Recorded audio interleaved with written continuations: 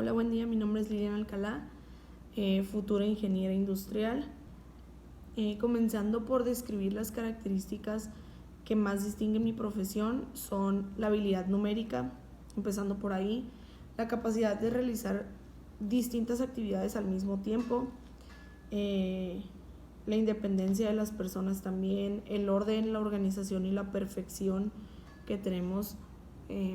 El perfil de los ingenieros industriales es muy notorio, el liderazgo en un trabajo en equipo, la aplicación de metodologías en todo momento, la iniciativa, entre muchas otras cosas.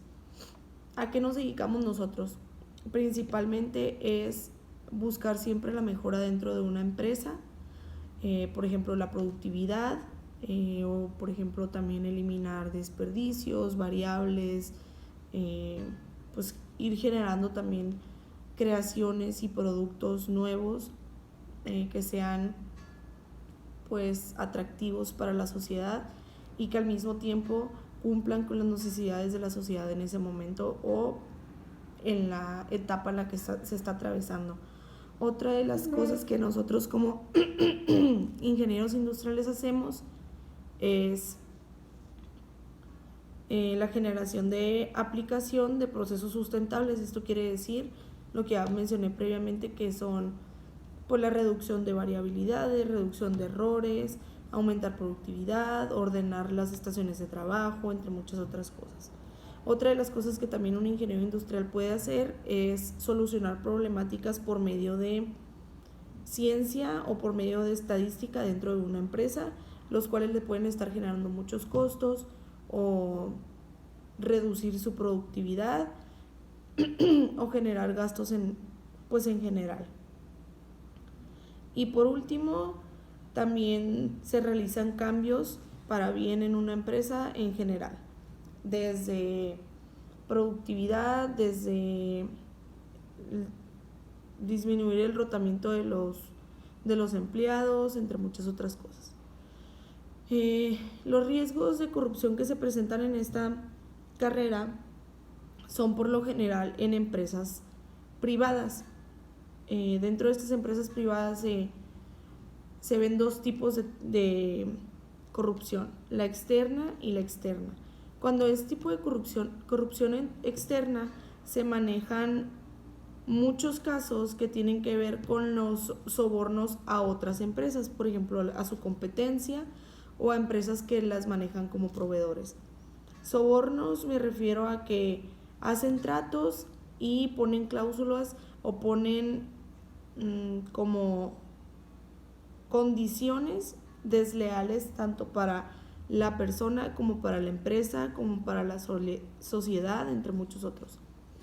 Otros casos externos de la corrupción son la contratación de servicios con contratos desleales, también el pago con cheques sin fondos, los cuales se pagan entre empresas con cheques, pero en realidad estos cheques no tienen fondos. Entonces esto es una corrupción que también pues afecta la economía de la otra empresa, afecta el nivel social y la imagen que tiene la empresa. Por otro lado, cuando se trata de corrupción interna, se hablan más casos de sobornos a los servidores públicos en cuestión de conseguir permisos o conseguir licencias que las empresas requieren para poder funcionar y para poder trabajar. Otro de los sobornos que son muy comunes son la evasión de los impuestos, el evadir impuestos. Las empresas lo buscan mucho. Otro también son las facturas fraudulentas que pues no existen o cambian los conceptos o utilizan unas por otras. Estos son casos de sobornos internos. También puede haber casos en los que se realizan tareas inapropiadas por parte del ingeniero, por parte de la persona como tal, en la cual pues afecta tanto la sociedad como su persona, su moral, su integridad, y por último, en algunos casos puede afectar el medio ambiente. Cuando se habla de de casos de corrupción, lo que esto afecta dentro de la vulnerabilidad humana, pues es, como ya lo mencioné, la integridad, la ética, la moral de la persona, su dignidad, el respeto por su persona, y al hacer esto, al mismo tiempo las otras personas que se enteren o que se den cuenta, pues van a perder el respeto por esa persona igual. Por otro lado, en base a la investigación que yo realicé, no tuvo que pasar nada detonante dentro de la industria para que se generara un código ético. Simplemente es como cualquier otra carrera o como cualquier otro lineamiento que se requiere dentro de una licenciatura que se exige normalmente, pues es un código ético. No encontré escándalos en la carrera para que se generara el código ético desde un principio. Creo que al contrario tuvieron como una actitud preventiva para evitar el que se generaran problemas entre empresas o entre cliente-proveedor o entre diferentes situaciones. Prefirieron prevenir a llegar al problema como tal.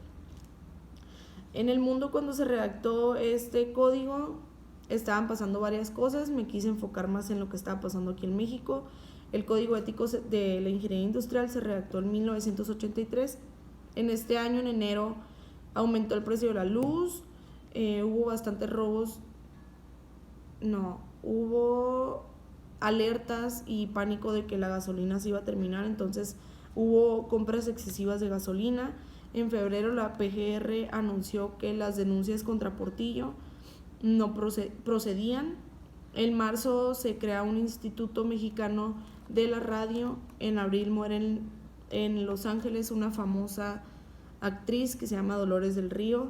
En mayo fallece Miguel Alemán por un mal pulmonar.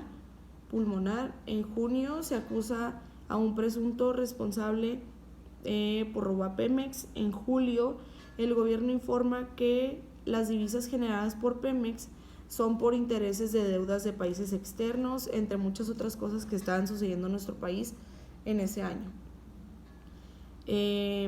Como personajes como tal para la escritura o para la redacción de este código ético no se mencionan, pero lo que sí se menciona es que el testigo que firmó fue el licenciado Miguel de la Madrid Hurtado,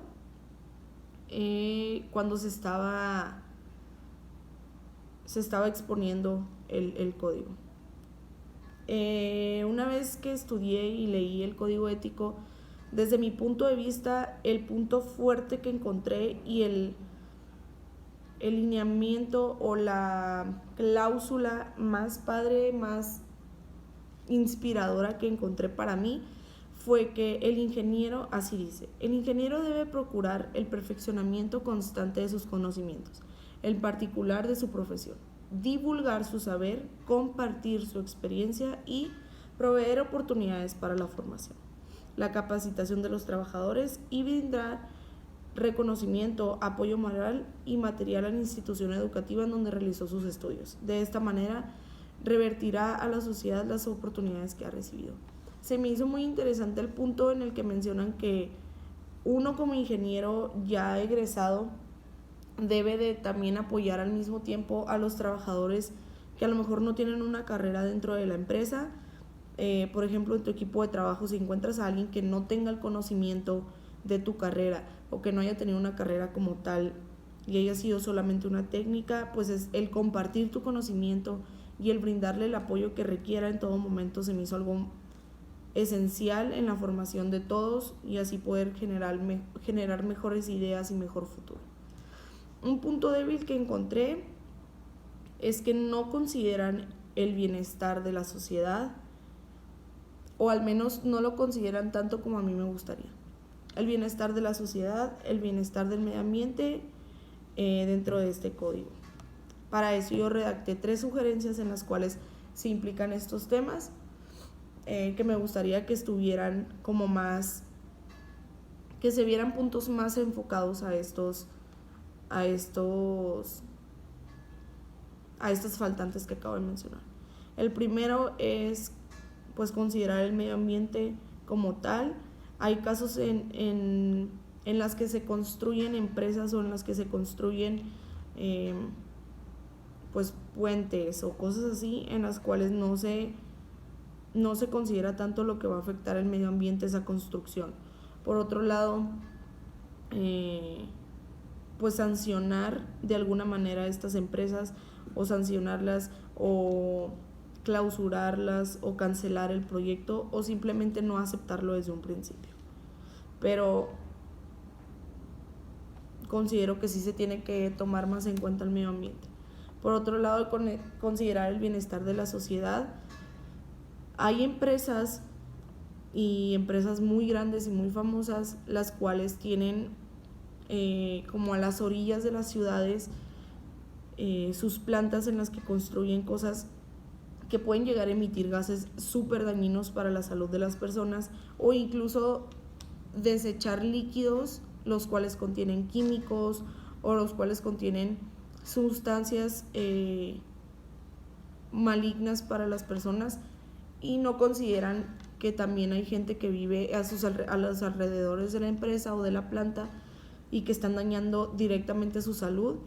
Hay unos casos en los que el agua está súper contaminada, el agua en ciertas poblaciones está súper contaminada por los mismos gases y químicos que emiten las empresas, dañando directamente a niños, los cuales no tienen nada de culpa, no tienen nada de maldad y no saben qué está pasando.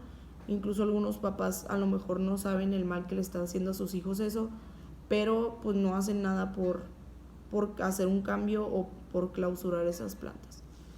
Y por último,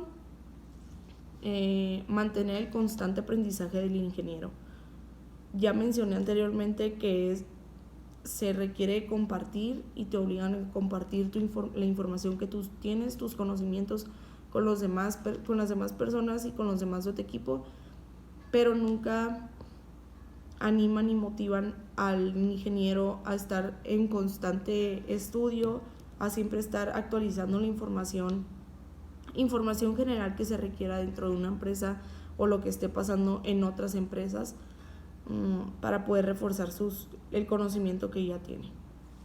Y es todo. Gracias.